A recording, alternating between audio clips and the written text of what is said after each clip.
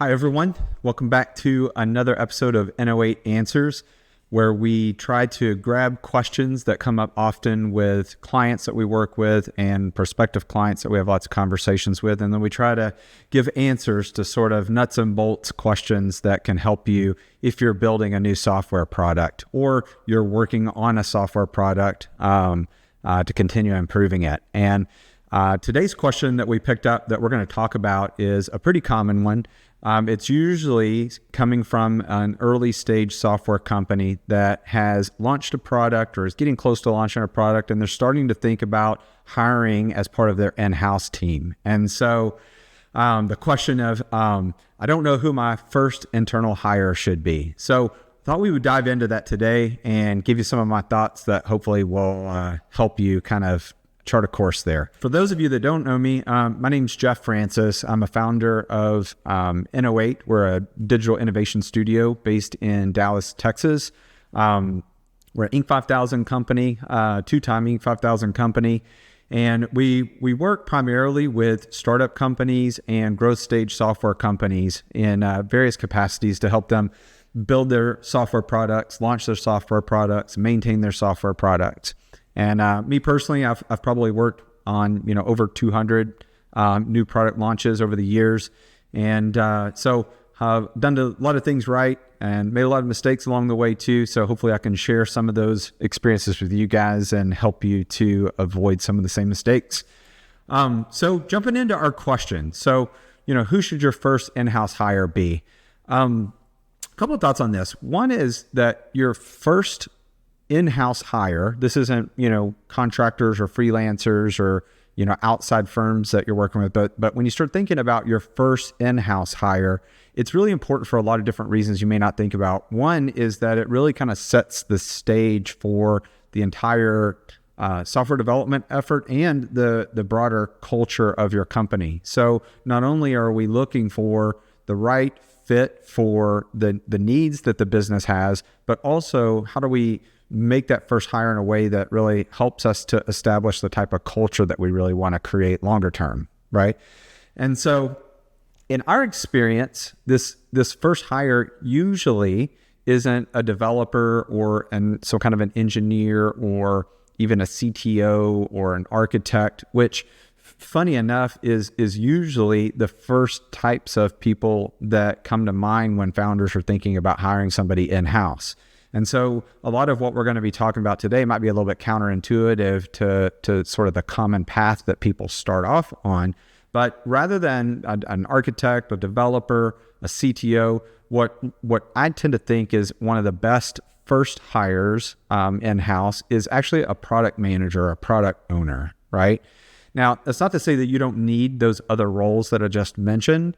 It just means that those may not be the right first hire for your in-house team. In fact, you probably will already be working with those people or have someone that is covering those roles before you are hiring your first in-house employee or, before you hire a product owner as that person, right?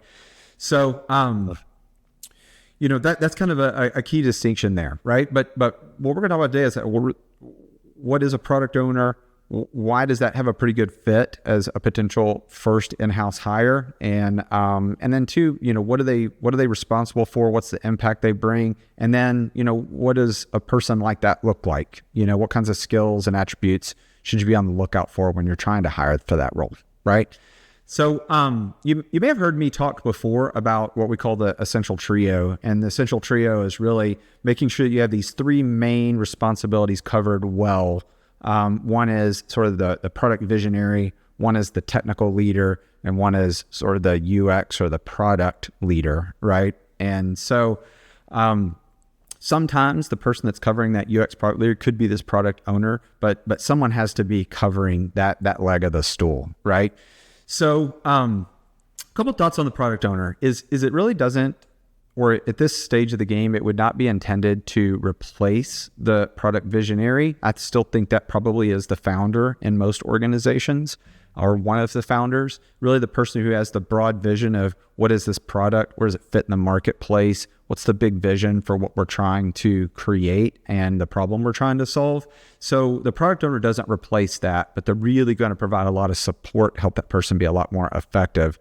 The product owner is a little bit more of execution focused, right? So in a startup, think if one of the founders is the product visionary, then a product owner, when you hire them, would be really there to focus on taking that vision and then helping execute that, right? Execute the product vision, right?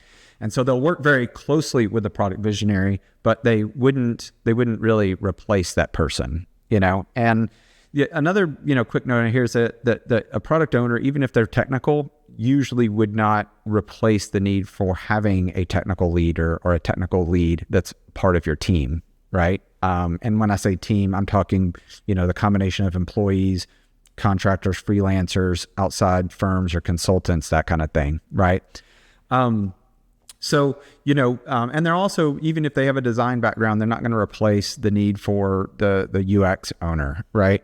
So, but rather than try to replace those other roles, they really sort of turbocharge it, by what they bring to the table. So let's talk a little bit about what's the role of the product owner. So the product owner really takes the vision set by the product visionary and turns it into actionable plans and insights, right? So they're going to be the one that takes the vision and then turns that into real clear expectations. So you may have like a really big grand vision for what the product is going to be or what you're trying to achieve, but what the product owner will be able to help you do is break that into stages or objectives that are clearly executable. So think, we're going to take the vision, we're going to break that into real scope, we're going to create timelines, we're going to come up with costing and budgets, those kinds of things that help us really make it more tangible, right? So things like, what is it that we're going to build? When are we going to build it? When's it going to be ready? When can we actually put it in the hands of users? Those are the more tangible elements that a product owner would be able to help assist with, right? And, a really great product owner is going to really be very intimately involved with the user. They're really going to understand the user experience, what the pain is for the user that we're trying to solve, their preferences, what's going to be valuable. So one of the best things about having this person on your in-house team is that they're sort of your frontline interaction with end users. So they're taking the vision from the product visionary, and then they're also talking with end users and really understanding what you're trying to do and how it impacts the users at a very deep level, right? And one of the things that we talk about a lot is, making minimum lovable products rather than MVPs. So really being able to look through the different possible things that you could build or focus on and narrow that down to what are the things that are really going to be lovable, the things that the users really need and they will really adopt so that you can get better traction, right? The other thing that a product owner does is I find that the best ones are really great communicators, and they do a good job of really sort of bridging the gap between various stakeholders and other people that are involved. And a good example of that would be, bridging the gap between, say, the executive team or the founding team, maybe even investors, and the developers, for instance, right? So, being able to know what the vision is, know what the business objectives are from the founding or executive team, and then be able to talk to developers about how they execute that stuff, lay those plans, get that input and feedback from the developers, and then turn around and translate that back to those executives or founders, right? So being able to sort of talk both languages and bridge the gap so everybody is really well aligned. A big part of the product owner impact is going to be creating alignment. And I've talked about this in quite a few other episodes where, a misalignment or a mismatch of expectations or vision is a very common plague to product development efforts. So having somebody at the center of that sort of pulls everybody onto the same page and can kind of bridge those gaps makes a really big impact, right? And then, the other thing here is that will help them in that effort to try to bridge the gaps is that they know enough of the details about building the product and what it's going to take to do that, while also understanding the sort of big picture, right? Like, what's the big business objectives? What's the big picture? What is success for the business as it relates to the product? And then being able to take their knowledge and their insights from actually executing on that and really help getting those aligned too, right? So, product owners can come from a variety of backgrounds. A lot of times they will maybe start their career off or serve a part of their career in more of a product manager role. And then over time, they sort of morph into a product manager role. That's a pretty common path. They can also come from, a design background or maybe even a technical background. But a product manager and a project manager are not the same. Sort of the example that I wanted to use here is that, all squares are rectangles, but not all rectangles are squares, right? And this same kind of concept can be true for project managers and product managers. It's a slightly different skill set because somebody's a really great project manager doesn't necessarily mean that they're going to be a great product manager, right? Because it's a slightly different role. Product owners are, they really maintain sort of strategic leadership functions, and you don't really always see that in more of a project manager, right? And so the way that they will interact a lot of times is that the product manager is creating clarity. They're creating the high level plans. They're talking with the team and gathering things to understand, time frames and effort levels and prioritization and that kind of stuff, and then working to keep the team really focused. And the project manager is a little bit more ground level where they're helping execute that plan that the product owner is laying out, right? And so, while product managers are in charge of sort of understanding and executing the big vision, project managers are a little more pure execution, day-to-day scrum calls, that kind of stuff, right?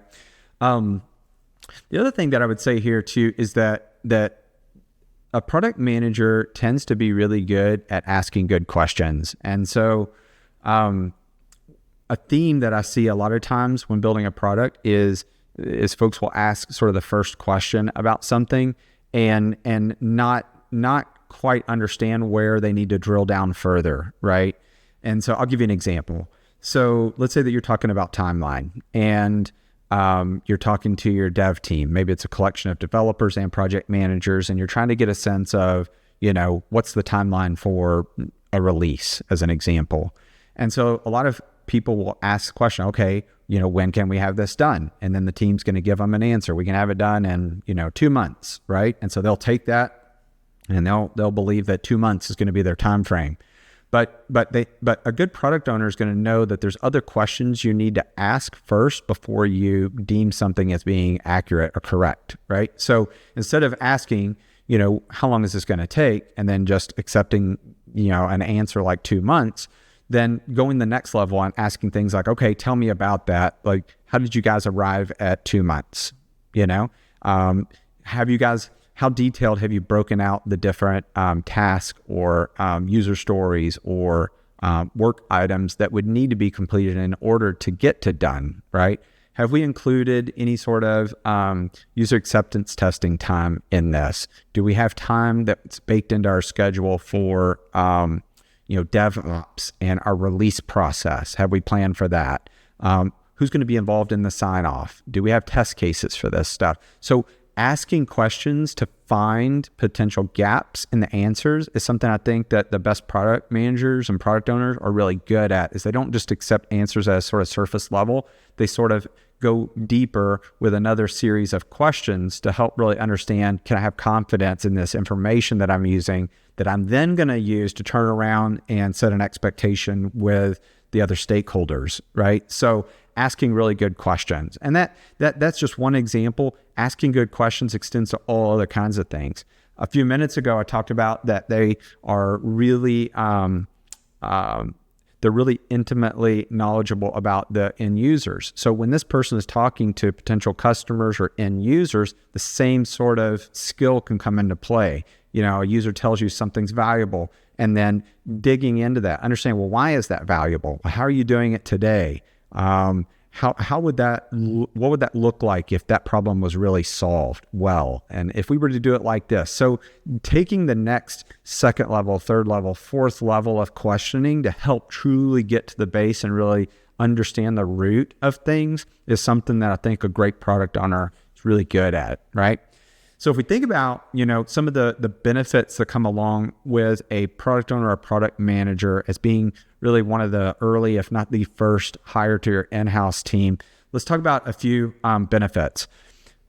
It's pretty common that in the early days of a software startup, you're doing most, if not all, of your product development using an outside partner or a vendor. And sometimes, founders think, well, if I hire a developer, then I don't have that dependency anymore. And to a certain extent, that might be true. But what I think is pretty cool about hiring the product manager first is that you really kind of start to set yourself up to be vendor agnostic, meaning you're in a much better position to have flexibility with what contract resources you work with or what outside firms you work with, because you're keeping sort of that institutional knowledge in-house and the knowledge around what is the product that we're building, how are we going to build it, why are we building it, what's our timeline to build it, understanding the users to be able to sort of translate that into requirements, that kind of thing. So again, back to my earlier comments about this person sort of being at the center of bridging all of the communication and creating alignment, you're bringing that in-house. So in an example where maybe you're working with a partner and you're not real happy with how it's going, either they're missing deadlines or the quality's not great, or a lot of other different issues that could potentially come up. Let's just say that you're not happy. Well, if you had to make the switch to move to a different partner, having that product knowledge and that ownership in-house, both about like sort of the product itself, its users, how you've done things, what's planned, what's the timelines you've been working against, that kind of stuff, what you need to get done. Having that in-house makes it much easier for you to make a switch to a different route, whether that be another partner or, freelancers, or if you start to hire other people in-house, that kind of thing. So being vendor agnostic and giving you a lot of flexibility and reducing risk on that front, I think is something that is really good. The other reason that a product owner can really give you a lot of benefit as an in-house hire is that, a lot of times when you're working with partners or freelancers, you really don't have as much visibility or control on changes to the team. And so if there is changes, let's say a developer switches companies and they're no longer going to be on the team, and that's where most of your knowledge sat, you don't have as much of a heads up a lot of times, and you got a little bit more risk there. When you have that knowledge in-house, right, the domain knowledge and the more detailed product knowledge on your in-house team, again, that reduces risk, gives you flexibility, and gives you the option to go different routes and adjust if you have changes to the team that you're working with, right? So regardless of how you proceed, that the user's advocate, right, is front and center, right? And so at all times, the North Star of prioritization and what you're building and how you're building it should be focused around the end user. And again, having this product manager being in-house, it's much more likely they're going to be interfacing with customers and stuff directly. And so you're bringing that sort of that North Star onto your in-house team, right? Another one that I'll mention here that a lot of people don't think about is, it's important to drive revenue and get customers, right? And in a scenario, especially like a B2B type of product, where you maybe have a sales team and a lot of your business development is focused on, direct sales, or even if you have a sales process where you're having to demo and that kind of stuff with clients, a product owner is a really excellent resource to have as part of the sales process. One, they understand the users probably better than anybody on the team. Two, they're usually really great communicators. Three, they understand the big vision, but also sort of what's going on the execution front. So they know what things they're working on, when things might be ready, What's the priority of future enhancements and development? And so being a part of that sales process is great because, one, they can validate like what they're hearing from the end customer against what they already think is the priority of things and what is valuable. So they're constantly getting that pulse with potential customers. Other times they get feedback on, this customer might say, I love this, but well, in order for us to make a switch or for us to move forward on this, we would really have to have, this type of functionality, right? So then they know kind of what they already have planned. And a lot of times if that's something that you're already working on, it's going to be ready soon, you have that additional insight right there in the moment, in that conversation with a potential customer, where you can tell them, well, that's very validating because we're already working on that and we're going to have that ready in Q3 or whatever. And so that again, that knowledge of what's going on at the execution level while they're involved in those conversations with potential customers really is a great resource for your sales team, right? Plus it goes the other way where it's great for them in terms of setting the direction for the product because they're constantly exposed to feedback and input from who will be the actual users of the product, right?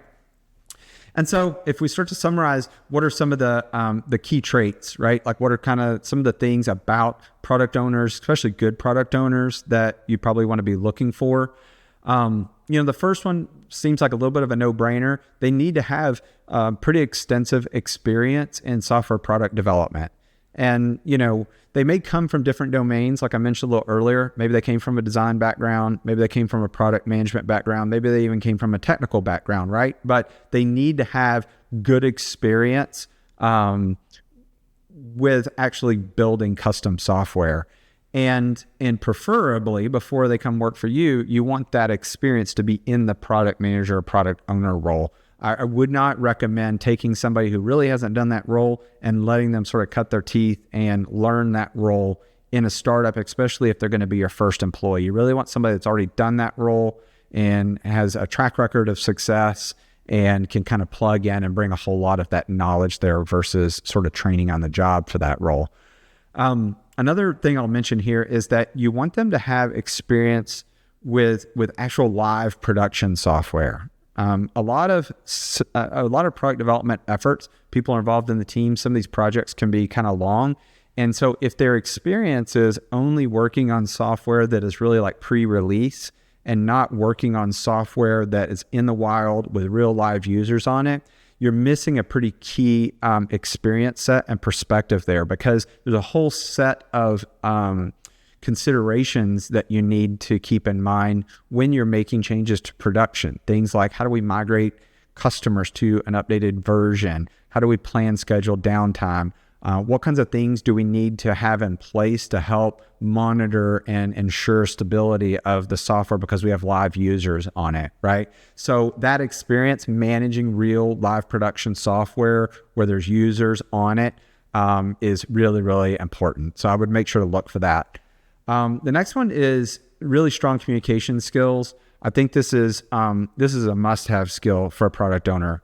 One, because being clear is such an important objective. Having clarity among all of the different stakeholders involved is a really big focus. It's a huge point of failure a lot of times. And so not only do they need to be a good communicator and they speak well, they're articulate, they can write well, that kind of thing. They need to be a next level communicator even in how they deal with various stakeholders and that kind of thing. So this extends to, just almost like emotional intelligence kind of stuff where, they can help resolve conflicts or disagreements. They can bridge those gaps again where people have a difference of opinion, being able to enroll people, make sure that people feel really heard and understood, and then be able to sort of make suggestions on a plan forward where they get everybody aligned. So just there's a lot in that bucket, I think, that could be taken for granted, but having really strong communication skills sort of in that sphere is going to be really important.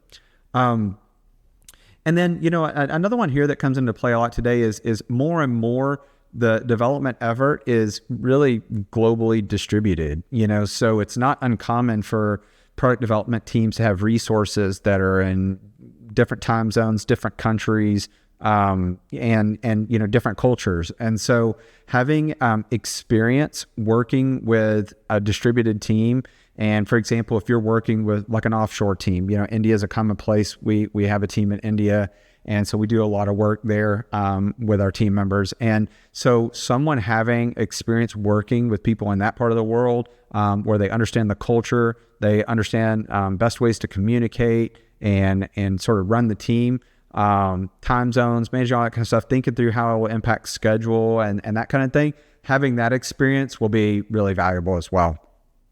One note here, if the person's coming from, more of a design background, I kind of like to point out that the product, at the product owner level, we're not really looking for someone who's really more of just a visual designer. That this is a little bit different in that if they came from a design background, maybe they did visual design, but we would want to see that they'd also work through like user experience design, product strategy, design thinking would be a great, skill set for them to have exposure to if they came sort of through that path. So I just kind of want to point out that, a product owner that came from a design background, they really need a little bit broader experience set over just visual design, right?